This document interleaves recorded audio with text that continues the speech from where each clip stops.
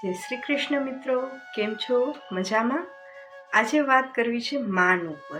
માન, રિસ્પેક્ટ. એક કહેવત છે, યાદ છે? Give respect and take respect. જો માન આપશું ને તો જ માન મળશે. અત્યારનો સમય એવો થઈ ગયો છે.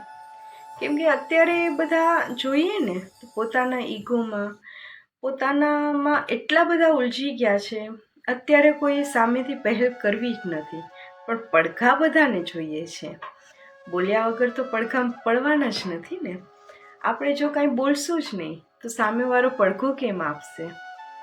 એક કહીએ કે કોઈ પણ સંબંધ હોય ને એમાં માન એ બહુ જરૂરી છે. જો માન હશે ને બધા સંબંધ વચ્ચે તો એ સંબંધો દુનિયા શ્રેષ્ઠ સંબંધો હશે. કોઈ પણ સંબંધમાં માન બહુ જરૂરી છે. પછી એ સાસુ વહુના સંબંધ હોય, પતિ પત્નીના સંબંધ હોય, પિતા પુત્રના સંબંધ હોય, કોઈ પણ સંબંધમાં મિત્રતા હોય, કોઈ પણ સંબંધમાં માન એ ખૂબ જરૂરી છે. એક સવાલ છે કે માન મેળવવાની સાચી આવડત છે ખરા પેલે આપણામાં? વિચિત્ર છે ને આ સવાલ, પણ ખરેખર સાચો છે કે આપણે માન જોઈએ છીએ, પણ એના માટે પહેલે માન આપવું પડે. એક રિસર્ચ કરવામાં આવ્યું હતું અમેરિકામાં કે 25 એવા પિતા પુત્રને લીધા કે એમના વચ્ચે બહુ સારું બોન્ડિંગ હતું, અને 25 એવા પિતા પુત્ર લીધા કે એમના વચ્ચે ખાસ સારા સંબંધો નહોતા, બોલાવાના પણ સંબંધો નહોતા. તો સર્વેમાં એવું બારે આવ્યું કે જે પિતા અને પુત્રના સંબંધો સારા હતા ને એમને એમના ફાધર પણ એટલું સારું માન આપતા, તો પુત્ર પણ સામે એટલું માન આપતા. અને જેમના વચ્ચે સંબંધ સારા નહોતા તો એમાં એવો નિષ્કર્ષ આવ્યો કે એમના પિતાએ એટલું માન નથી આપ્યું પુત્રને કે પુત્ર પણ સામું કાંઈ સારો રિસ્પોન્સ આપી શકે. પછી એમાંથી એક ફાધર અને સનને લીધા અને એમના ઉપર એક રિસર્ચ કર્યું કે એમના ફાધરને કીધું કે આજથી 10 દિવસ સુધી તમે તમારા સનને રોજ કહો ગુડ મોર્નિંગ, અને એમનો સન પણ એમને સામેથી આન્સર આપે કે હા ગુડ મોર્નિંગ. 10 દિવસ એ સિલસિલો ચાલ્યો. 10 દિવસ પછી એમના ફાધરને કહેવામાં આવ્યું કે આજથી તમે તમારા પુત્રને કહેજો good morning my son, how are you. અને ત્યાર પછી એમના સને પણ એવો રિસ્પોન્સ આપ્યો, good morning father, I am fine, how are you. મહિનો એક આ સિલસિલો ચાલ્યો અને મહિના પછી સડનલી એના ફાધરને કહેવામાં આવ્યું કે હવેથી તમે તમારા સનને બોલાવવાનું બંધ કરી દો. તો એમના સને 1 દિવસ રાહ જોઈ, 2 દિવસ રાહ જોઈ કે મારા ફાધર કેમ નથી આવતા. પછી સામેથી 3જા દિવસે એના ફાધર પાસે જાય છે, good morning father, how are you.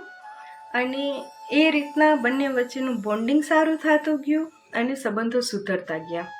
એટલે જ કોઈ પણ માન આપણને જોતું હોય ને તો પહેલે માન આપવું પડે. આપણને પડઘો જોતો હોય તો પહેલે શબ્દો બોલવા પડે તો પડઘો પડે. હજી એક સારો કિસ્સો કહીશ કે સૌરવ ગાંગુલી જ્યારે એમની લાસ્ટ મેચ હતી અને લાસ્ટ મેચમાં ત્યારે કેપ્ટનશીપમાં હતા MS ધોનીએ ત્યારે એવું કર્યું કે ઇન્ડિયાની ટીમ જીતવાની કગાર ઉપર હતી, છેલ્લી મેચ હતી અને પરિસ્થિતિ એવી ઊભી થઈ હતી કે એ મેચ જીતી જવાના હતા, ટેસ્ટ મેચ. ત્યારે MS ધોનીએ પોતાની કેપ્ટનશીપ મૂકી અને સૌરવ ગાંગુલીને આપી કે આ તમે એમ કે આમાં લીડર બનો કરીને તમે કેપ્ટન બનો. અને એ મેચ આપણે જીતી ગયા. ત્યારે સૌરવ ગાંગુલીની કેપ્ટનશીપમાં એવું કહેવાનું કે સૌરવ ગાંગુલીની કેપ્ટનશીપમાં મેચ જીત્યા. પણ એનાથી વધારે માન કોને મળ્યું? MS ધોનીને, કે એમને ખબર હતી તે છતાં એમને સૌરવ ગાંગુલીને આગળ ધર્યા કે નહીં, તમારી લાસ્ટ મેચ છે તો આમાં લાઇમલાઇટ કોણ વધારે લઈ ગયું? MS ધોની. એટલે જ કહીએ ને કે માન આપીએ ને તો માન મળે. માન આપવાથી છે ને આપણે મોટા અને સારા જ બનવાના છીએ. ગમે એવો ખરાબ સંબંધ હોય, ગમે એવું સામે ખરાબ વ્યક્તિ હોય, પણ આપણે માન આપી અને એક નવી શરૂઆત કરીએ, એનામાં સુધારો લાવીએ અને એક સારી શરૂઆત કરીએ કે માન આપશું તો ચોક્કસથી આપણે માન મળવાનું જ છે. એટલે જ કહેવાય ને કે give respect and take respect. જય શ્રી કૃષ્ણ.